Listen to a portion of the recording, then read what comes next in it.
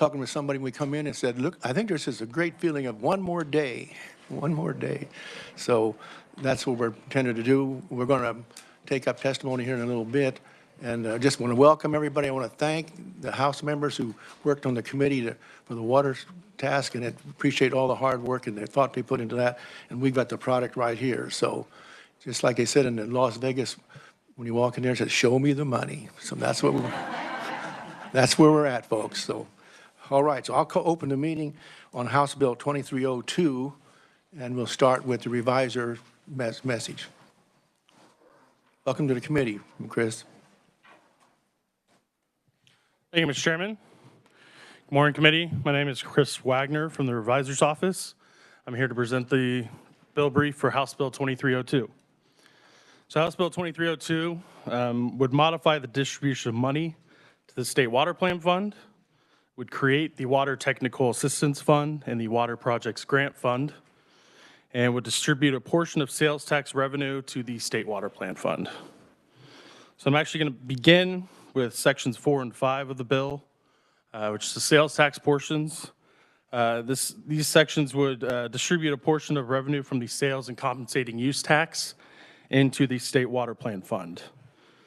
More specifically, beginning on July 1, 2023, and each July 1 prior to July 1, 2028, 1.231% of the revenue generated from the sales and compensating use tax shall be deposited into the State Water Plan Fund. I believe that number, or that percentage, would equate to roughly about $54.1 million in fiscal year 24.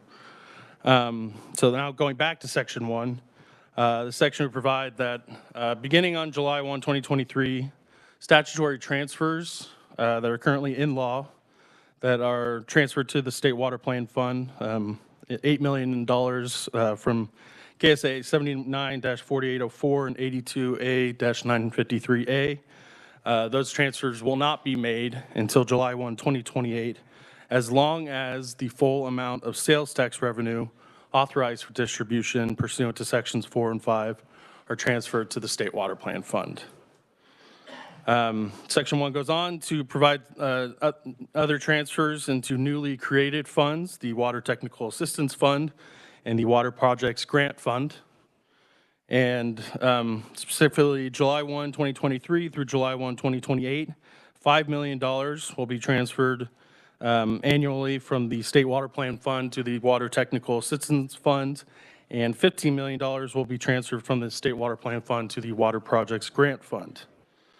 Additionally, at least $15 million each year in fiscal years 24, 25, and 26 will be used to retire debt, or from the State Water Plan Fund shall be used to retire debt associated with Milford and Lake Perry reservoirs. Those transfers and debt retirement would only occur also similarly as long as the full sales tax revenue distribution is made into the State Water Plan Fund. This section would also direct the Kansas Water Authority to recommend appropriations of up to 10% of the unencumbered balance from the State Water Plan Fund to supplement salaries for existing employees and for new employees to help implement the State Water Plan Fund. Some of those employees would be limited to certain technical positions such as engineers, hydrologists, geologists, attorneys, or grant specialists.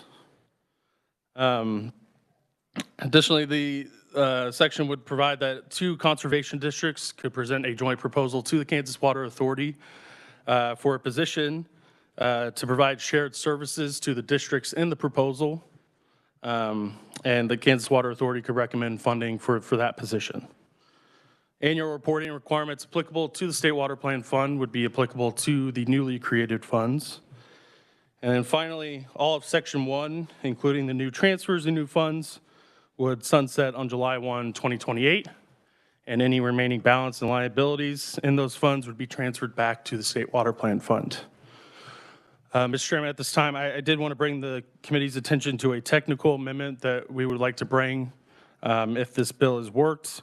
The House Committee on Water inserted language into Section 1 for the Kansas Water Authority to encourage funding requests from state and local entities that work with nonprofits on water quality and quantity projects. As amendments were compiled and the report was drafted, that language was mistakenly placed in Section 2. So if the committee chooses to work the bill, we would ask that that language in its current form in Section 2 be placed in its proper place in Section 1. So going back to the bill, Section 2 establishes the Water Technical Assistance Fund. The fund would be administered by the Kansas Water Office to provide grants for the planning, engineering, managing, and other technical assistance that may be necessary in the development of plans for water infrastructure projects or processing grant and loans applications for those projects. Any municipality or special district related to water would be available for grants from that fund, and full grants would be prioritized for municipalities with fewer than 2,000 residents.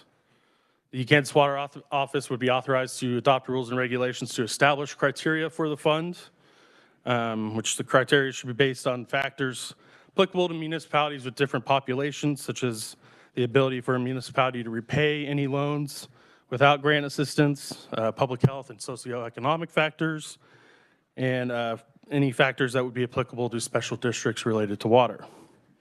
No single grant from the fund could exceed $1 million unless specified by an appropriation act of the legislature. And then finally, if the fund ever exceeds $15 million, then the excess money could be used for usual state water plan fund purposes. Section 3 would establish the Water Projects Grant Fund. This fund would also be administered by the Kansas Water Office and would provide full or partial funding in the form of grants to any municipality or special district related to water for the construction, repair, maintenance, or replacement of water-related infrastructures and related construction costs. It could be used for matching monies for grant or loan applications for water infrastructure projects, or it could be used to apply to outstanding loan balances from the Public Water Supply Loan Fund or the Kansas Pollution Control Revolving Fund. Those funds are administered by the KDHE. The Kansas Water Office is also authorized to adopt rules and regulations to establish criteria from this fund. Those factors would be based on whether the planned construction on the project is complete, whether the municipality or special district has made at least 5 years of payments on any outstanding loan balances for water projects, and then also criteria for a sliding scale for grant awards from 90% to 25%, depending on the municipality's population. And no single act or no single grant can exceed $8 million without a specific act by the legislature. And if the fund balance ever exceeds $45 million similarly, then that excess money could be used for state water plan fund purposes. The House Committee on Water inserted language into this section to direct KDHE and the Water Office to share applicant information for loans from the Public Water Supply Loan Fund or the Kansas Pollution Control Revolving Fund, and consider grant approval for eligibility for loans from the funds. Finally, the effective date for that bill would be July 1, 2023, and the bill passed the House 119-3. With that, Mr. Chairman, I'd be happy to answer any questions. Okay, thank you, Chris, very much. Any questions for the reviser? Senator Francisco. Thank you, Mr. Chair. So I'm aware that there is a proposal, and I believe it's still in the Senate budget to pay off the water supply storage debt for Milford and Perry. If that goes through, what then happens to those monies that was identified for that expense? Mr. Chairman, Senator, the way the language reads, it should apply to any retirement until such debt is retired. So if that debt is retired, then that $15 million would be able to stay in the state water plan fund for those purposes. When you say those purposes, It would be then in the state water plan for any purpose. Correct, as it's outlined in statute for that fund. Okay, thank you. Any other questions for the reviser? Seeing none, thank you very much, Chris. Next, we'll move on to proponents for the bill and on House Bill 2302. So our first proponent testimony is Tim Bass, Groundwater Manager, District Number 2. So welcome to the committee, Tim.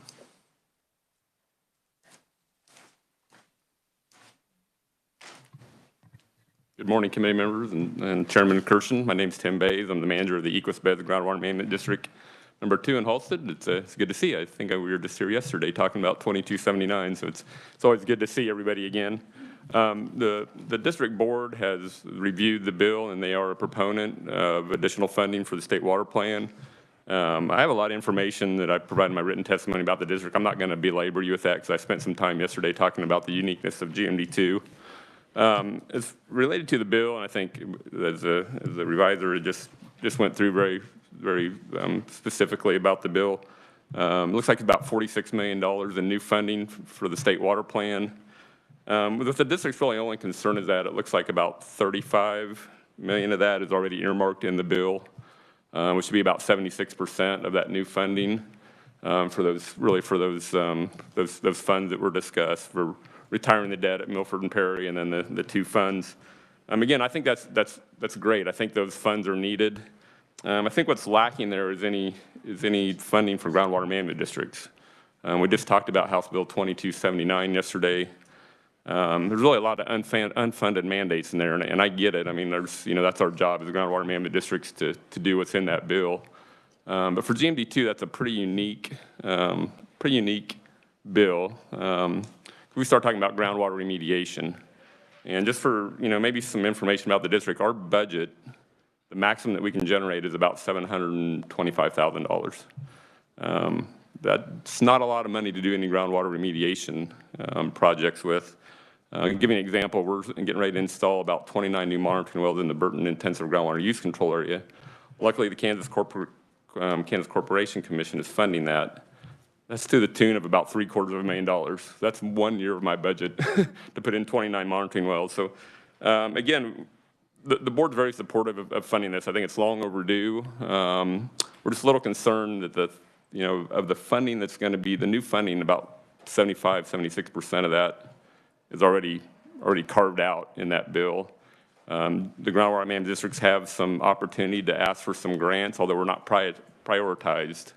I would point out that the Kansas Water Authority, and I think you'll probably hear from Don Bueller here before too long, they've really prioritized the Ogallala Aquifer and some of those issues, particularly in western Kansas and the rest of the High Plains Aquifer system.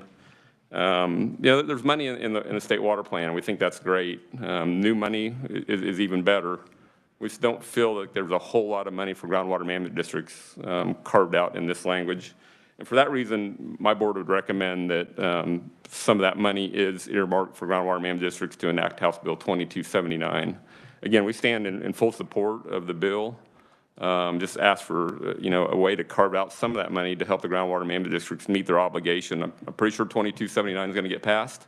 Looks like there's strong proponents for that, strong support for that bill. We're just kind of wondering how we're going to enact that here at the GMD level with the funding that we have. And for that, I'll stand for questions. Thank you very much. Okay, thank you. Any questions for Tim? Senator Francisco. Thank you, Mr. Chair. What would your recommendation be for the amount of funding? Would it differ by groundwater district? Well, yeah, I think that's a really good question. I haven't really talked to my my partners, the other district managers, whether they support this or not. For GMD2, if we start talking about remediation, particularly the chloride contamination in the Burton area, if we had money to leverage that with maybe some state and federal dollars, I'm thinking somewhere between $1 and $5 million for the districts combined. Whether that's $200,000 a piece. And again, I don't want to speak for the other district managers. They may or may not be able to provide you some information. But for us, GMD2, I think LEMAs for addressing groundwater depletions, they take a lot of work, and you got to hire some consultants. They're not near as expensive as groundwater remediation. I mean, I've been with the district for 31 years. We've been monitoring the Burton chloride since before I started, and that's all we've been able to do is monitor, monitor, monitor. I'd really like to see some actions start to be taken on that. And I think this is a unique opportunity with the funding this new funding, if it does get passed, to help us do that. So yeah, Senator Francisco, I danced around that. I don't know what that number is. You know, I think once that debt is retired at Milford and Perry, that could free up $15 million. Boy, that'd go a long way to to helping the groundwater management district. I'm not suggesting all that, but yeah, I think somewhere for us, we need probably between $250,000 and $1 million per year to start doing some of that remediation. Any other questions? Seeing none, thank you very much, Tim. Thank you. Next up, we have Justin Cobb from the Nature Conservancy. Welcome to the committee, Justin. Thank you, Mr. Chair and committee members, for the opportunity to provide proponent testimony on House Bill 2302 on behalf of the Nature Conservancy. The Nature Conservancy is a nonprofit conservation organization. We are involved in water conservation across the state, including leading an irrigation innovation partnership in the Rattlesnake Creek Basin located in Groundwater Management District Number 5. The Kansas water issues have been well recognized for decades and discussed for decades, and they pose significant economic and ecological threats. House Bill 2302 is not going to provide an overnight solution for these issues, but it will start making progress. There are several merits of this bill to discuss, but in particular, I'd like to touch on the funding mechanism. So the funding mechanism, as the revisor mentioned for this bill, is a sales and use tax carve-off. And now this funding mechanism comes not out of thin air, but actually out of the 2017 recommendation from the Blue Ribbon Task Force that was commissioned by Governor Brownback to address this very issue of providing funding for long-term water resources. So that task force recommended this for a number of reasons, and probably the most important one is that it relies on current state revenue. It doesn't increase taxes on anyone. It doesn't add user fees like last year's failed House Bill 2686. A carve-off for water keeps that money available to the legislature in case of a budget deficit. It's widely supported by stakeholders, and underneath this bill, it is set to that 5-year sunset where it can be reviewed and adjusted if need be.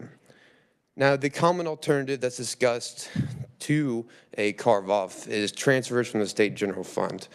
Now, if we compare these two things, it's pretty clear that a sales tax carve-off provides a more stable option for these types of long-term programs that take years to achieve their full potential. Now, since 1991, there's been $8 million statutorily required in transfers from the general fund to the State Water Plan Fund. If you look over the past decade, those transfers have been severely under or not funded whatsoever. In fact, in total, over $84 million in transfers that are required by statute have not been made. The reality of these transfers is that they are vulnerable to the politics and economics of the moment. That's not ideal for when we're talking about funding infrastructure central to the long-term viability of the state. Apologies. So a 2019 survey of political issues in Kansas found that 95% of Kansans said that adequate water for the state was extremely important to them. This water funding is if not the top priority for taxpayers, and the sales tax carve-off is the better option to keep taxpayer money with taxpayer priorities. So on behalf of the Nature Conservancy, I ask that you recommend this bill favorably and keep the current funding mechanism. Mr. Chair, I'd be happy to stand for any questions. Okay, thank you, Justin. Any questions for Justin? Seeing none, thank you very much. Up next, we have Ellen Parker from Water One, Johnson County. Welcome to the committee, Ellen. Good morning, Chairman Kirshen and committee. I'm Ellen Parker, Government Relations for Water One. And thank you for the opportunity to provide Water One's support for House Bill 2302.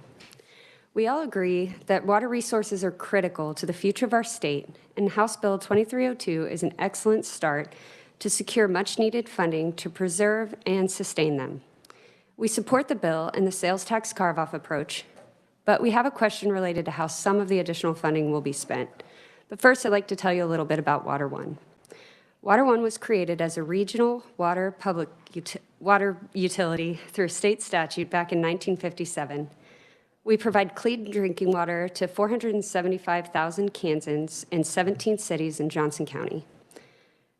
Our service area is 272 square miles, and members of Water One staff have served on both the Kansas and Missouri Regional Advisory Committee, as well as the Kansas Water Authority.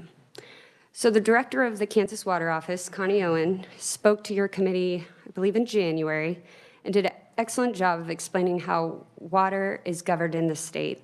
But I'd like to take a little time to go back over some of what she covered. So the Kansas Water Plan was created by statute to develop a long-range plan for the management, conservation, and development of the state's water resources. It is a comprehensive document incorporating input from citizens, regional advisory committees, stakeholder groups, and state agencies. The State Water Plan Fund was also created by statute to implement the Kansas Water Plan. The State Water Plan Fund is to be used for the establishment and implementation of water-related projects or programs and related technical assistance. As the previous conferee explained, in 2015, there was a Blue Ribbon Task Force convened because the money in the Water Plan Fund was woefully inadequate to address the needs of the state. And that task force in 2015 found that $55 million per year were needed. And that task force, as was stated, also suggested the sales tax carve-off. More recently, the Kansas Water Authority submitted its 2023 annual report to the governor and legislature, which updated a list of projects and initiatives and found that $69 million a year were needed to support the state's water resources. These projects and initiatives are supported by the Kansas Water Plan, which was just updated in accordance with statute. So this bill is a great first step in securing a sustainable funding source to support the state's water resources. And Water One really appreciates this committee's commitment to take that step. So the question we have for you is Section 3 of the bill establishes a new water-related infrastructure projects grant fund. And why doesn't the bill require these projects to support the Kansas Water Plan? As I discussed earlier, the Water Plan is a comprehensive roadmap for the management, conservation, and development of water resources in the state. And if the committee wants to address this issue to clarify these water-related infrastructure projects should support the implementation of the Kansas Water Plan, we propose language to achieve this in our written testimony, and I hope you will consider it. Thank you again to the committee for your work on this bill. Water One supports it, and we'd like to see our question considered prior to approving the bill. Thank you. I'm happy to answer any questions. Thank you very much. Any questions for Ellen? Seeing none, thank you very much. Next up, we have Aaron Popelka from the Kansas Livestock Association. Welcome to the committee, Aaron. Morning again, Mr. Chairman, members of the committee.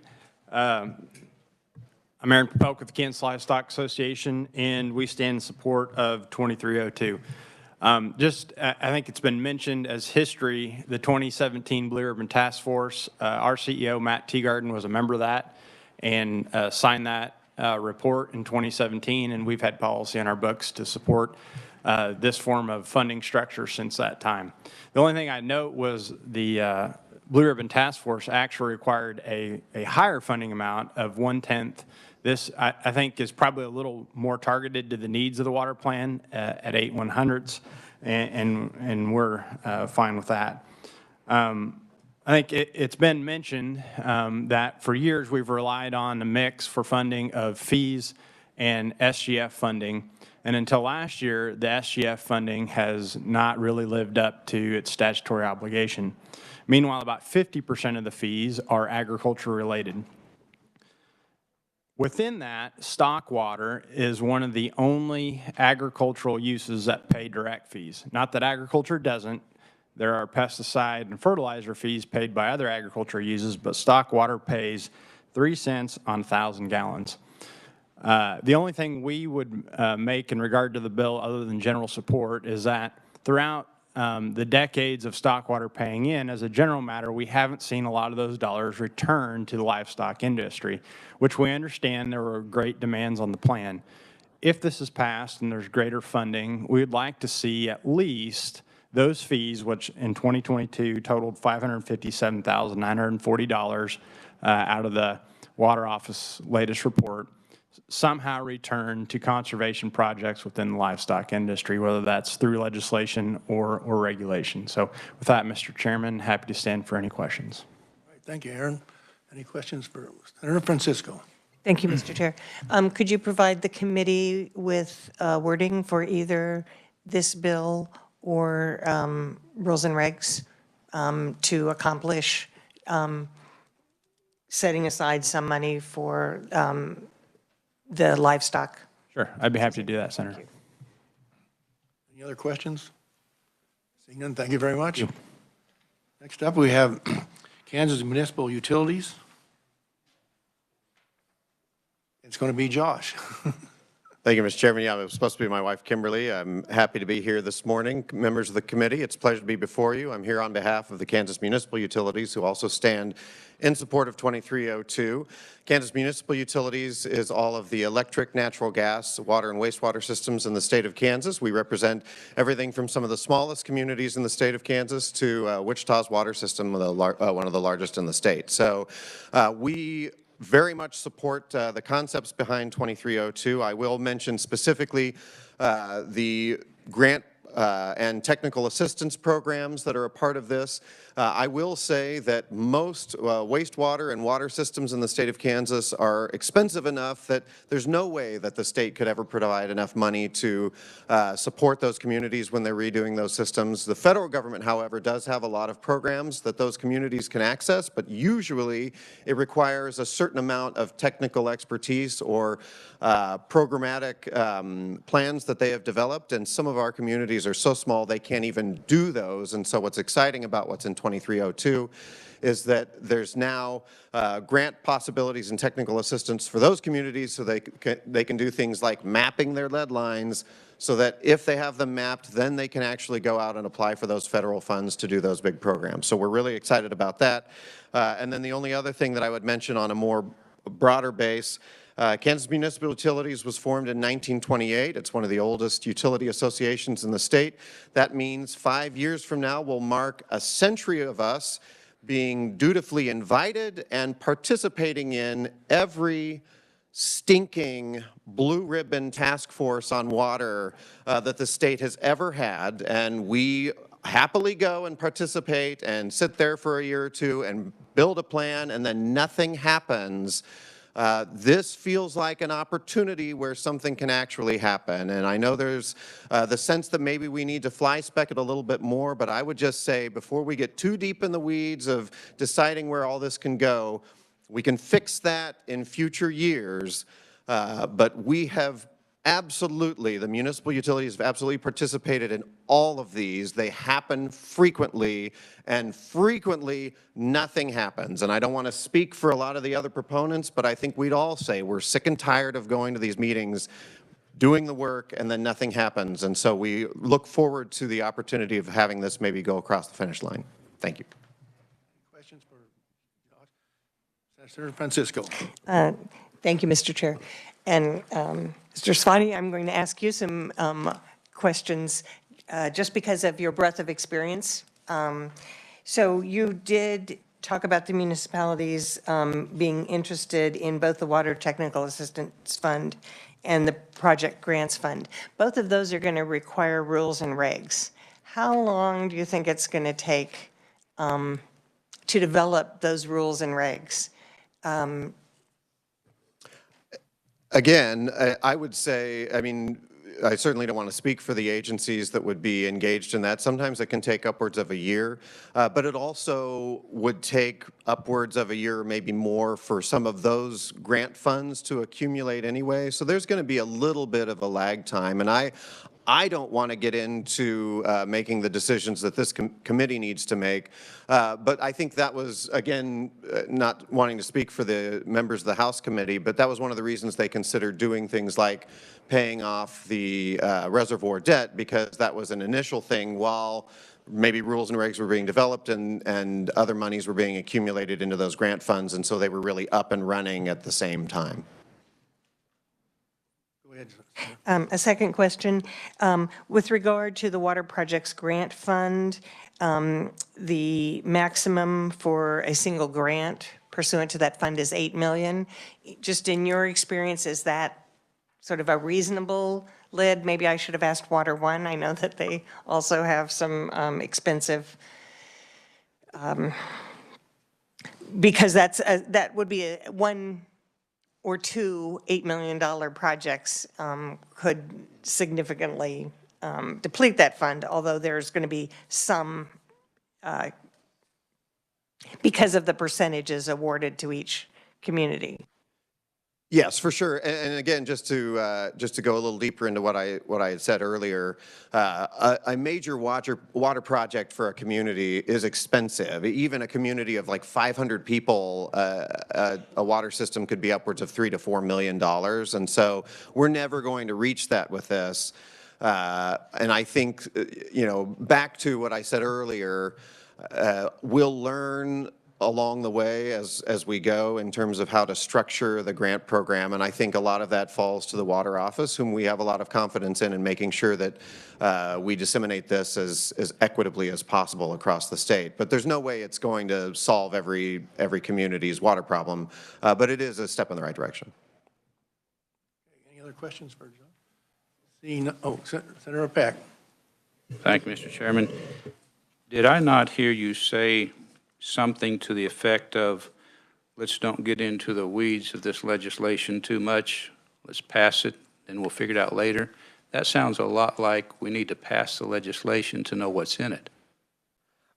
I wouldn't say that. I would say from the proponent perspective on the House side, if you pulled all of us off in our constituent parts, we could say, well, maybe we would do this different. Well, maybe we would do this different. Well, maybe we would do this different. But I think all of us would say collectively, this is important enough. We have an opportunity to do something that, the municipal utilities aren't going to stand up here and ask for every specific thing we want in here. We're much happier with the fact that this is moving forward. I guess that's a much better way to frame it than I did. You were exactly correct. I did say that, but I would frame it rather that way. Mr. Chairman, I think we need to try to get it right the first go around. Thank you. Any other questions? Senator Straub. Thank you, Mr. Chair, and thank you, Josh, for your presentation. Just trying to understand everything here all combined. If you were a small city, say a city of, 2,000, and you had assessed extra fees on your water in that city to fund projects in the past, you have maintained your infrastructure and done all this. So you're not applying for a grant. Now there's another city, the same exact size, who has not been doing the same things. And now they could get up to 90% of a project covered when their residents weren't paying all those extra fees all along. And now this is coming off of sales tax that everyone pays into. Can you explain the fairness and the reasoning behind doing this way? Sure, and again, I would just say that this sort of inequitable or equitable structure always exists anytime we do a new state program. And there are cities right now that are going through large water or wastewater system upgrades. And yeah, they are footing the bill, but that exists across state programs, whether it's in water or anything else. You're always going to have that situation.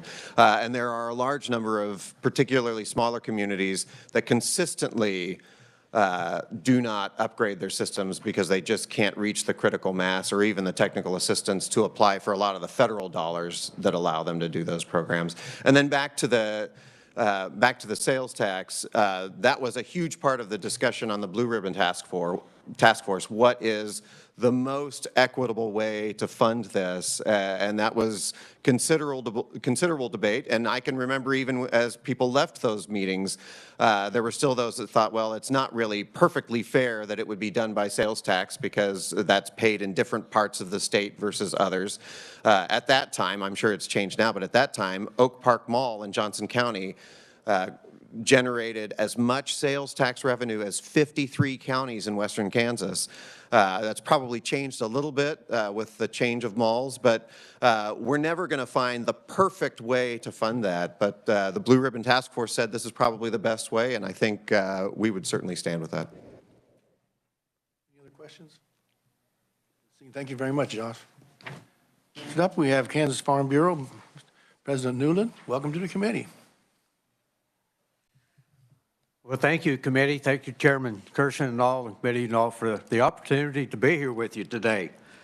You know, on behalf of Kansas Farm Bureau, I want to thank you for the opportunity to provide testimony given for HB 2302. Kansas Farm Bureau is the largest general farm organization in the state of Kansas, with over 30,000 farm and ranch families through our 105 county Farm Bureau associations. It is my pleasure to be back with you today and help complete or at least extend the important work we began over 3 years ago to increase funding for the State Water Plan Fund. Kansas Farm Bureau members have consistently paid into the State Water Plan Fund for decades and appreciate the return of their fees in the form of cost share funding for various conservation practices across the state. Kansas Farm Bureau supports the Kansas Water Plan, being developed under the direction of the Kansas Water Authority and the Kansas Water Office.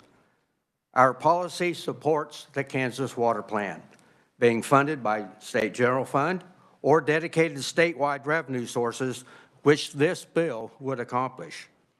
HB 2302, as drafted, would offer a much-needed increase to the State Water Plan Fund through a minute carve-out of the existing sales tax that would provide significantly greater and more reliable revenue to help fund the Kansas Water Plan initiatives. Those initiatives developed through grassroots efforts of the regional advisory committees and the Kansas Water Authority are also supported by Kansas Farm Bureau policy.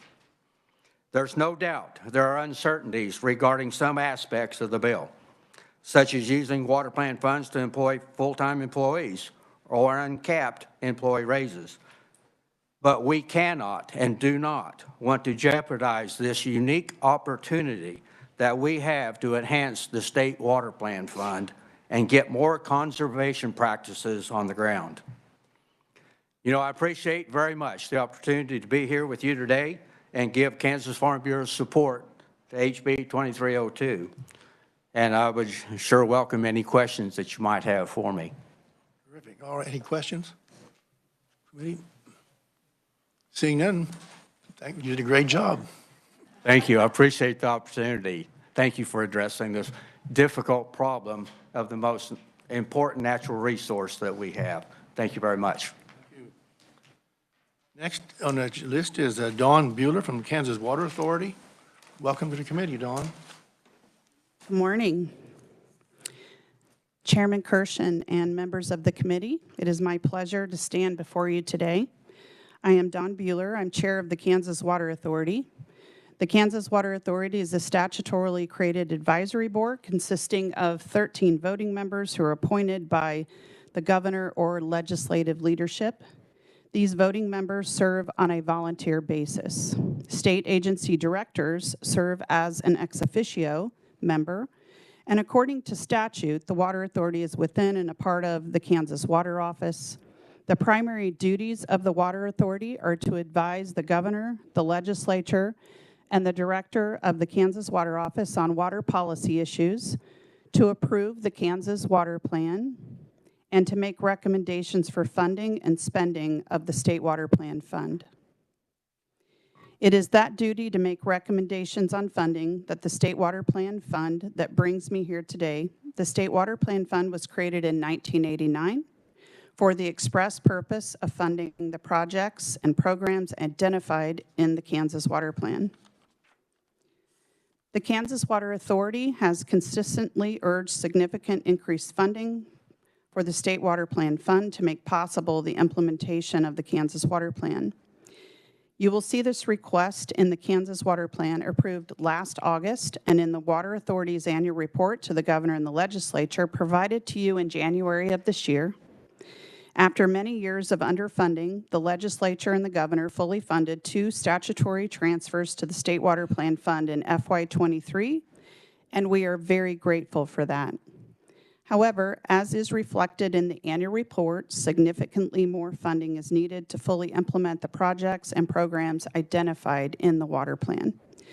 To that end, the Kansas Water Authority met on March 3rd, 2023, and voted to express support for House Bill 2302. On behalf of the Kansas Water Authority, I urge you to greatly improve Kansas' ability to address its water needs across the state by significantly increasing funding for the state water plan. Thank you, and I'll stand for questions. All right. Committee, any questions for Dawn? Seeing none, thank you very much. Next up, we have Wendy Stark from the League of Kansas Municipalities. Welcome to the committee, Wendy. Thank you, Mr. Chairman and members of the committee. I'm Wendy Stark with the League of Kansas Municipalities, and we appreciate the opportunity to provide testimony in support of House Bill 2302. I will not go through all of my testimony, but one of the biggest concerns that we hear from cities is concerning water, and that it factors into growth and economic development for our cities. The Water Technical Assistance Fund is something that has been talked about by other conferees that will especially help smaller cities, but it will help all cities. It would allow the cities the opportunity to address their specific infrastructure needs. And there are not, I think a question was brought forward earlier about some cities are in better situations than others, and generally,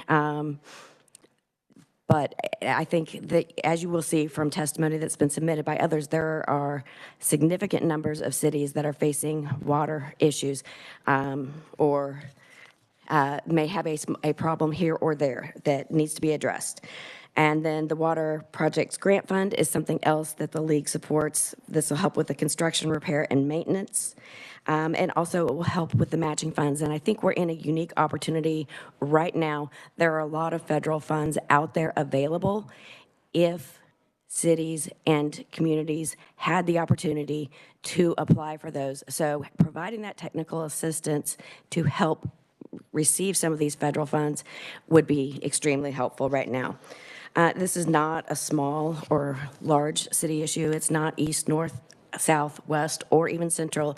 It is an issue across the entire state of Kansas. And I really would like to just point out that we did have several cities that submitted testimony, and this will just give you an idea of the magnitude and the breadth of the issues. City of Greensburg, population 740. City of McLeod, population 859.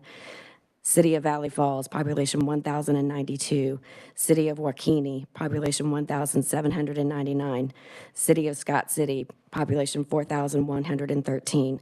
City of Independence, 8,548. City of Arkansas City, 11,974. And the City of Overland Park, 197,238. Those are just some of the cities that submitted testimony for the hearing today. I also, if you have some extra time and go back to the hearing that the House held on February 14th, the City of Logan, Belle Plaine, Caney, Moundridge, Fredonia, Columbus, Ellsworth, Mays, Valley Center, Parsons, Hayesville, Ottawa, Garden City, Olathe, Wichita, and McPherson all provided testimony that laid out the issues that are facing them in their specific communities.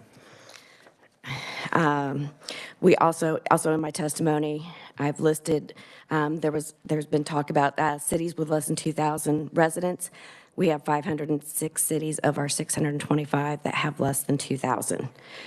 And I'll just end with the quality and quantity of drinking water is a concern for cities across our entire state. And our members have directed us to support legislation that supports clean and safe public water supply. And with that, I'd be happy to stand for any questions. Thank you very much, Wendy. So we see any questions? Thank you. Thank you. Very much. Next, we have Ken Titus, representative. Welcome to the committee.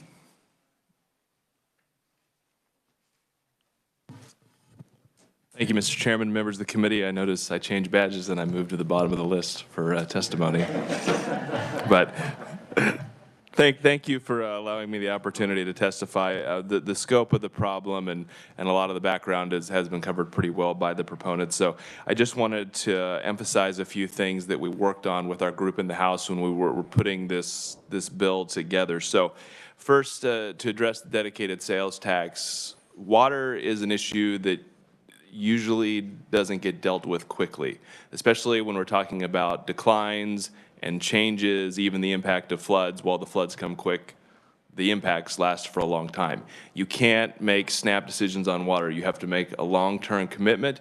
You need a long-term dedicated funding source, and that's why we decided to designate the sales tax. That doesn't mean that sales tax won't ever be spent on anything else if things change up here financially, but we need a plan, and the Water Authority needs direction, and they need to know there's commitment to invest in long-term projects.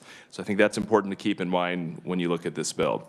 The other thing is, while this is a huge pot of money for Kansas, if we look at our surrounding states, and I believe you had some information on this the other day, our surrounding states, especially states with Western water appropriation systems, this is still a very small amount of money to invest in our water resources. Colorado's spending hundreds of millions of dollars, even South Dakota, with a little help from some oil money, is spending, I think, over $200 million on water every year.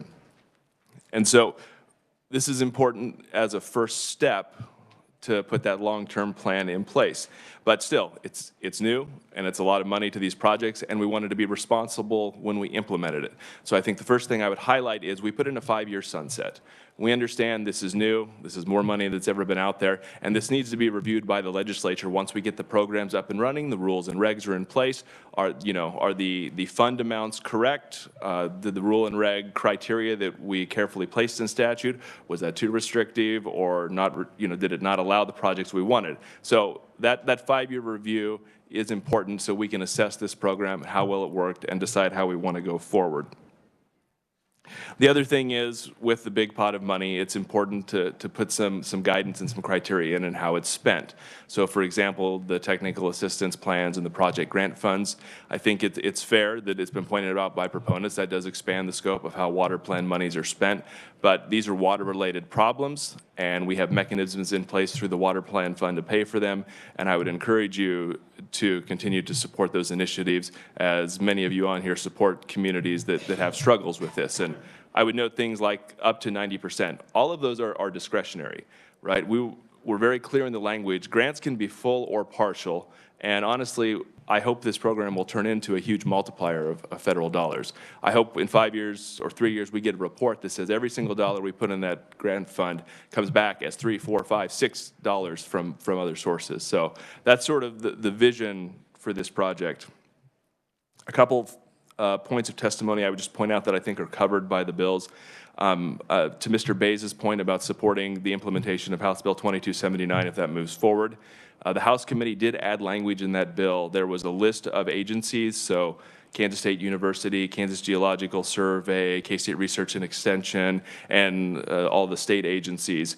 We did put direction in there and asked the Water Authority to support those agencies so that they could support the GMDs as they develop their plans. So that, combined with the ability of the GMDs to go directly to the Kansas Water Authority, although, as Mr. Bays mentioned, he may not like making a request as an outside entity, that pathway is there, and we've indicated a legislative preference that they be provided support in these plans forward. So I think in this initial round of edits that I think there's appropriate support there.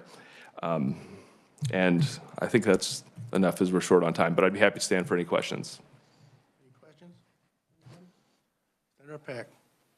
Thank you, Mr. Chairman.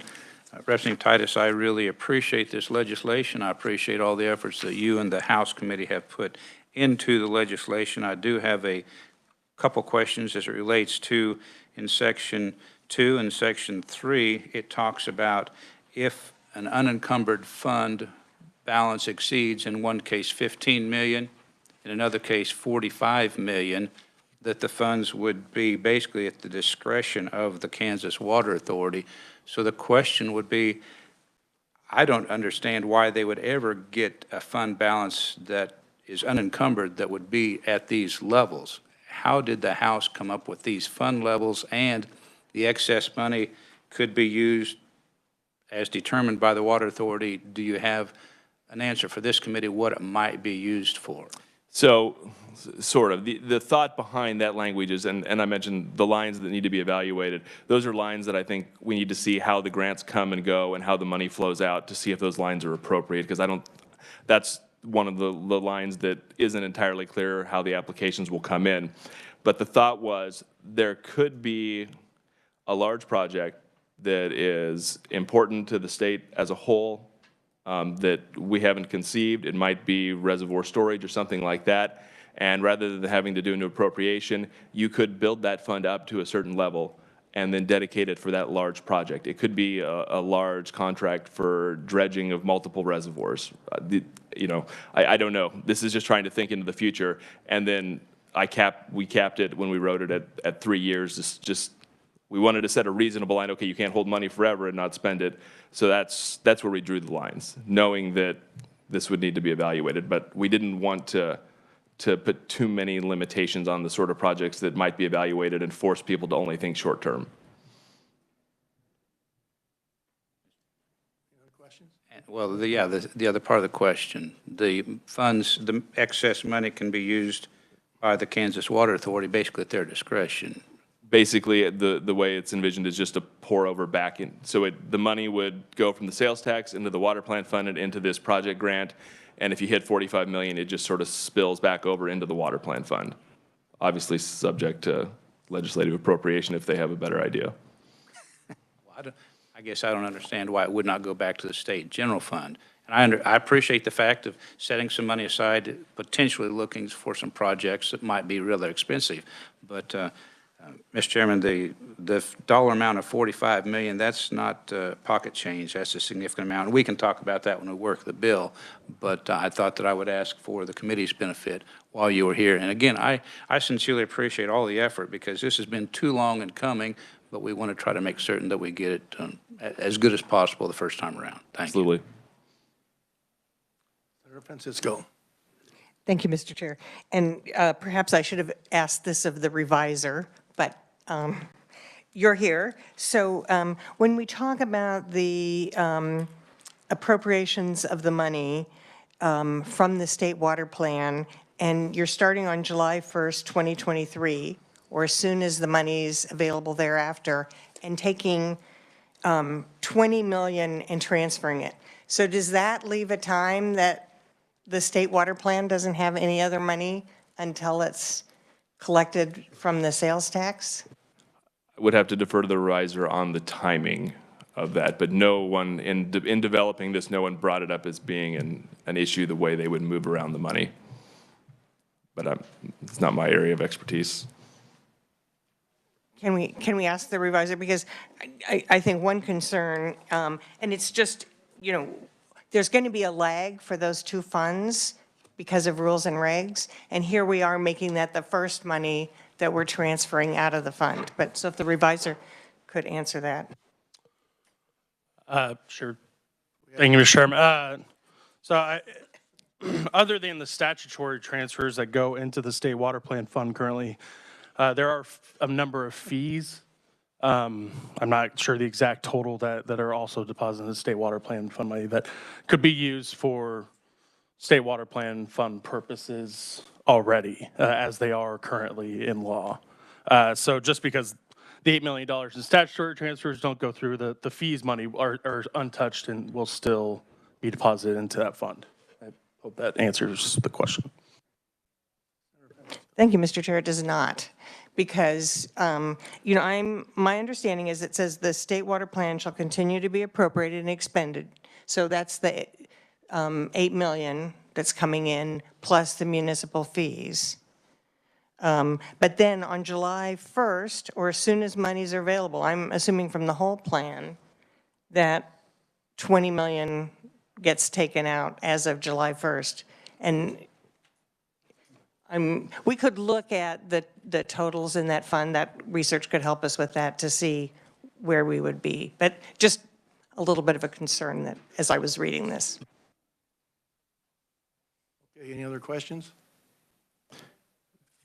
The only closing thought I would add is with the testimony. I think it's important, as some of the proponents have said, to not start to resist the temptation to carve off individual fiefdoms to guarantee your money here, your money here. That's the water, really this is set up as, we've given legislative guidance. The rest of that is the Water Authority's job to evaluate the merit of those projects. And I think once we get into slicing that up at this legislative level, it becomes difficult to come together on what those priorities are. So I'd encourage you to keep that in mind as you may work this bill. Thank you. Thank you for your time, too. Committee, draw your attention, next proponent is Doug Mays, and, okay, good to know that. So that will conclude our oral proponents for the bill. We have 20 written testimony proponents, and we have one neutral, and we'll try to do the neutral. We're going to kind of issue here with, we get done, and I have to have the room vacated by 9:30. And could we get Connie Owen? Can you do your neutral testimony in that time? Okay. We cut you off at 9:30.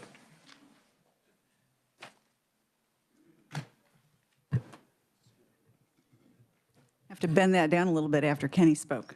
So. Chairman Kirshen, members of the committee, thank you very much for the opportunity to speak to you today.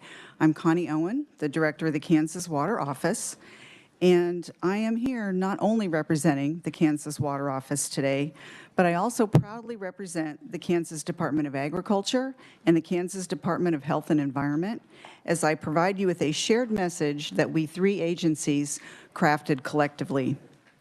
As many present here today are aware, current revenue of the State Water Plan Fund is not sufficient to meet all needs described in the Kansas Water Plan.